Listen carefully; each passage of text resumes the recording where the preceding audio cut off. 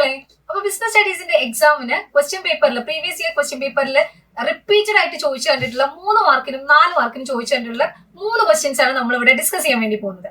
ആദ്യത്തെ ക്വസ്റ്റ്യനിലേക്ക് പോവാം അല്ലെ. Different types of leadership styles. നമുക്കറിയാം അല്ലെ, ലീഡർഷിപ്പ് സ്റ്റൈൽസിൽ ഡിഫറെന്റ് ടൈപ്സ് വരുന്നുണ്ട്. നമുക്ക് ആൻസറിലേക്ക് പോവാം അല്ലെ. ഏതൊക്കെയാണ്? ഓട്ടോക്രാറ്റിക് അല്ലെങ്കിൽ അതോറിറ്റേറിയൻ ലീഡർ എന്ന് പറഞ്ഞൊരു ലീഡർ ഉണ്ട്. എന്ന് വെച്ചാൽ എന്താണ്? ഓട്ടോക്രാറ്റിക് ആണ്. അദ്ദേഹം എന്ത് ചെയ്യും? അദ്ദേഹം കുറച്ച് ഓർഡേഴ്സ്, ഇൻസ്ട്രക്ഷൻസ് സബോർഡിനേറ്റ്സിന് കൊടുക്കും. അത് അവരെന്ത് ചെയ്യണം? ഒന്നും മിണ്ടാതെ അനുസരിക്കുക എന്നുള്ളത് മാത്രമേ ഉള്ളൂ. ഒരു കൈൻഡ് ഓഫ് അവരുടെ രീതിയിലുള്ള ഒരു കാര്യങ്ങളും ഇദ്ദേഹം എന്ത് ചെയ്യുന്നില്ല, അക്സെപ്റ്റ് ചെയ്യുന്നില്ല. അല്ലെങ്കിൽ അവരുടെ ഭാഗത്തു നിന്ന് അങ്ങനത്തെ രീതിയിലുള്ള ഇടപെടലുകൾ അങ്ങനത്തെ ഒരു ടൈപ്പ് ഓഫ് ലീഡർ എന്ത് ചെയ്യുന്നില്ല, ആഗ്രഹിക്കുന്നില്ല. എന്താണ് കൊടുക്കുന്നത് അത് അവരനുസരിക്കുക, അതുപോലെ എന്ത് ചെയ്യുക, ഓർഗനൈസേഷനിൽ പെരുമാറാം. ആ ടൈപ്പ് ഓഫ് ലീഡറിനെയാണ് നമ്മൾ ഓട്ടോക്രാറ്റിക് അല്ലെങ്കിൽ അതോറിറ്റേറിയൻ, എപ്പോഴും ഒരു പവർ കാണിക്കുന്ന ടൈപ്പ് ഓഫ് ലീഡർ ആയിരിക്കും അതോറിറ്റേറിയൻ ലീഡർ. ഇനി രണ്ടാമത്തത് ഡെമോക്രാറ്റിക് ഓർ പാർട്ടിസിപ്പേറ്റീവ് ലീഡർ. അതിന്റെ നേരെ ഓപ്പോസിറ്റ്. പുള്ളി എന്താണ്? ഡെമോക്രാറ്റിക് ആണ് അല്ലെങ്കിൽ പാർട്ടിസിപ്പേറ്റീവ് ആണ്. എപ്പോഴും എന്ത് ചെയ്യുന്നുണ്ട്? പുള്ളിന്റെ സബോർഡിനേറ്റ്സിനെ എല്ലാ കാര്യങ്ങളിലും പാർട്ടിസിപ്പേറ്റ് ചെയ്യും. ഇപ്പൊ ഒരു ഡിസിഷൻ എടുക്കുകയാണ് അല്ലെങ്കിൽ ഒബ്ജക്റ്റീവ്സ് സെറ്റ് ചെയ്യാണ്, എല്ലാ കാര്യങ്ങളിലും നമ്മുടെ ഫോളോവേഴ്സിന്റെ അല്ലെങ്കിൽ സബോർഡിനേറ്റ്സിന്റെ ഒപ്പീനിയൻസും അല്ലെങ്കിൽ അവരുടെ അഭിപ്രായങ്ങളും കാര്യങ്ങൾക്കും ഒക്കെ എന്ത് ചെയ്യുന്നുണ്ട്? ഒരു വാല്യൂ കൊടുക്കുന്നുണ്ട്. പാർട്ടിസിപ്പേറ്റീവ് ആണ്, കുറച്ചും കൂടി അവരെ എല്ലാ കാര്യങ്ങളിലും ഉൾപ്പെടുത്താൻ ശ്രമിക്കുന്നുണ്ട്. അതിനെയാണ് ഡെമോക്രാറ്റീവ് അല്ലെങ്കിൽ പാർട്ടിസിപ്പേറ്റീവ് ലീഡർ എന്ന് പറയുന്നത്. ഇനി മൂന്നാമത്തെ ഒരു ടൈപ്പ് എന്ന് പറഞ്ഞു കഴിഞ്ഞാൽ laissez fair or free rain leader. Free rain, അതിന്റെ പേരിൽ പറയുന്ന പോലെ തന്നെ ഫുൾ ഫ്രീഡം എന്ത് ചെയ്യുന്നുണ്ട്?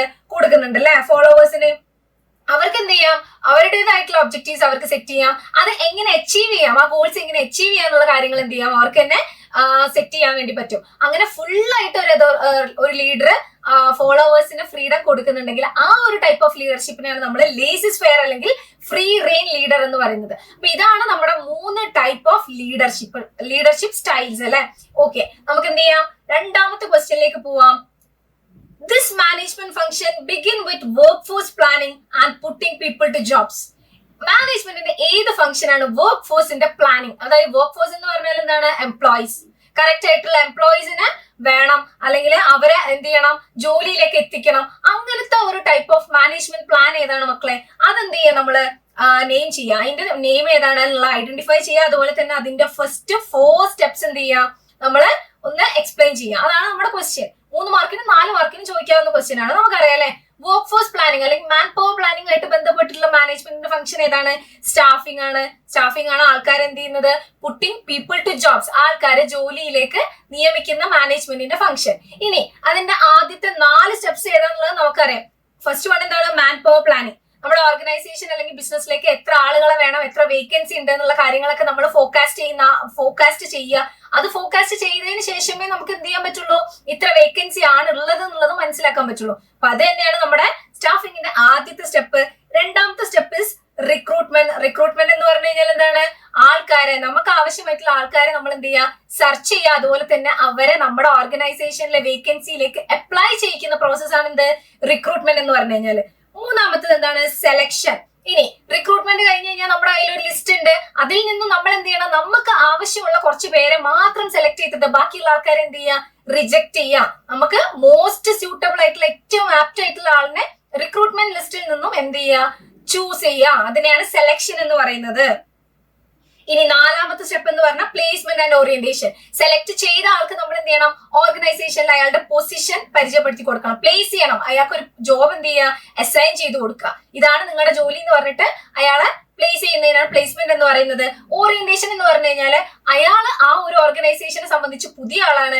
അവിടുത്തെ രീതികളും അവിടുത്തെ വർക്ക് ഗ്രൂപ്പും അവിടുത്തെ എല്ലാ കാര്യങ്ങളും അയാൾക്ക് എന്ത് ചെയ്യുക? ഒന്ന് പരിചയപ്പെടുത്തി കൊടുക്കുക, ഇൻട്രൊഡ്യൂസ് ചെയ്ത് കൊടുക്കുക. അതിനെയാണ് നമ്മൾ ഓറിയന്റേഷൻ എന്ന് പറയുന്നത് അല്ലെ. അപ്പൊ ഇതാണ് മാനേജ്മെന്റിന്റെ സ്റ്റാഫിംഗ് എന്ന് പറയുന്ന ഫംഗ്ഷൻ, അതിന്റെ ആദ്യത്തെ 4 സ്റ്റെപ്സ്. ഇനി മൂന്നാമത്തെ ഒരു important question, on the job ട്രെയിനിങ്ങും ഓഫ് ദ ജോബ് ട്രെയിനിങ്ങും തമ്മിലുള്ള ഡിഫറൻസിയേഷൻ അല്ലെ. Difference between on the job training and off the job training നമുക്ക് നോക്കാം അല്ലെ. ഓൺ ദ ജോബ് ട്രെയിനിങ് എന്ന് പറഞ്ഞാൽ എന്താണ്? ഫസ്റ്റ് ഓഫ് ഓൾ എന്താണ് on the job training? Learning by doing ആണ് അല്ലെ. നമ്മൾ എന്ത് ചെയ്യാണ്? കാര്യങ്ങൾ ചെയ്തുകൊണ്ട് തന്നെ പഠിക്കുകയാണ്. നമ്മൾ എന്ത് ചെയ്യുന്നില്ല? ഓർഗനൈസേഷൻ വിട്ട് വേറൊരു സ്ഥലത്ത് പോയിട്ടൊന്നുമല്ല നമ്മൾ എന്ത് ചെയ്യുന്നത്? ട്രെയിനിങ് കൊടുക്കുന്നത്. അവര് ആക്ച്വലി ഏത് വർക്കിംഗ് സിറ്റുവേഷനിലാണ്, വർക്കിംഗ് കണ്ടീഷനിലാണോ ഉള്ളത്, അവിടെ നിന്ന് തന്നെ എന്ത് ചെയ്യുക? വർക്ക് ചെയ്തുകൊണ്ട് പഠിക്കുക. അതിനെയാണ് ഓൺ ദ ജോബ് ട്രെയിനിങ് എന്ന് പറയുന്നത്. Employee is given training when he is the job, ജോലിയിൽ ഇരിക്കുമ്പോൾ തന്നെ ട്രെയിനിങ് കൊടുക്കുന്നുണ്ട് അല്ലെ. Learning the work while doing it, already നമ്മൾ ചെയ്തുകൊണ്ടാണ് ആ കാര്യം പഠിക്കുന്നത്, അല്ലാണ്ട് ചെയ്യുന്നത് നിർത്തിയിട്ട് വേറൊരു സ്ഥലത്ത് പോയിട്ട് നമ്മൾ ട്രെയിനിങ് എടുത്തതിന് ശേഷം വന്ന് ഇത് ചെയ്യുകയല്ല ചെയ്യുന്നത്. ഇനി ലെസ് എക്സ്പെൻസീവ് ആണ് അല്ലെ, നമ്മള് ചെലവ് കുറവാണ്, കാര്യങ്ങൾ നമ്മൾ എന്ത് ചെയ്യാണ്, ചെയ്തുകൊണ്ടാണ് പഠിക്കുന്നത്, അതുകൊണ്ട് തന്നെ കോസ്റ്റ് കുറച്ച് കുറവാണ് ഓഫ് ദ ജോബ് ട്രെയിനിങ്ങിനെ സംബന്ധിച്ച് നോക്കുകയാണെങ്കിൽ. ഇനി ഓഫ് ദ ജോബ് ട്രെയിനിങ് എങ്ങനെയായിരിക്കും? Employees provide training away from the work place. അവരെന്ത് ചെയ്യാണ്, ഓർഗനൈസേഷന് വേറൊരു സ്ഥലത്ത് നമ്മൾ ട്രെയിനിങ് ഒക്കെ എന്ത് ചെയ്തിട്ടുണ്ട്, സംഘടിപ്പിച്ചിട്ടുണ്ട്. അവിടെ പോയിട്ടാണ് അവർക്ക് എന്ത് ചെയ്യുന്നത്, നമ്മൾ ട്രെയിനിങ് കൊടുക്കുന്നത്. ഓർഗനൈസേഷനിൽ നമ്മൾ ചെയ്തുകൊണ്ടല്ല പഠിക്കുന്നത്, ഓർഗനൈസേഷന്റെ കണ്ടീഷൻസ് ഒക്കെ വിട്ട് വേറൊരു സ്ഥലത്ത് പോയിട്ടാണ് അവർ എന്ത് ചെയ്യുന്നത്, ട്രെയിനിങ് അച്ചീവ് ചെയ്യുന്നത് അല്ലെ. അതുപോലെ തന്നെ doing the work after learning it അല്ലെ. നമ്മൾ അവിടെ പറഞ്ഞു, ഏത് ഓൺ ദ ജോബ് ട്രെയിനിങ്ങിൽ പറഞ്ഞു ലേണിംഗ് വൈൽ ഡൂയിങ് ആണെന്ന്. എന്നാൽ ഇവിടെ ലേണിംഗ് വൈൽ ഡൂയിങ് ആണോ? അല്ല.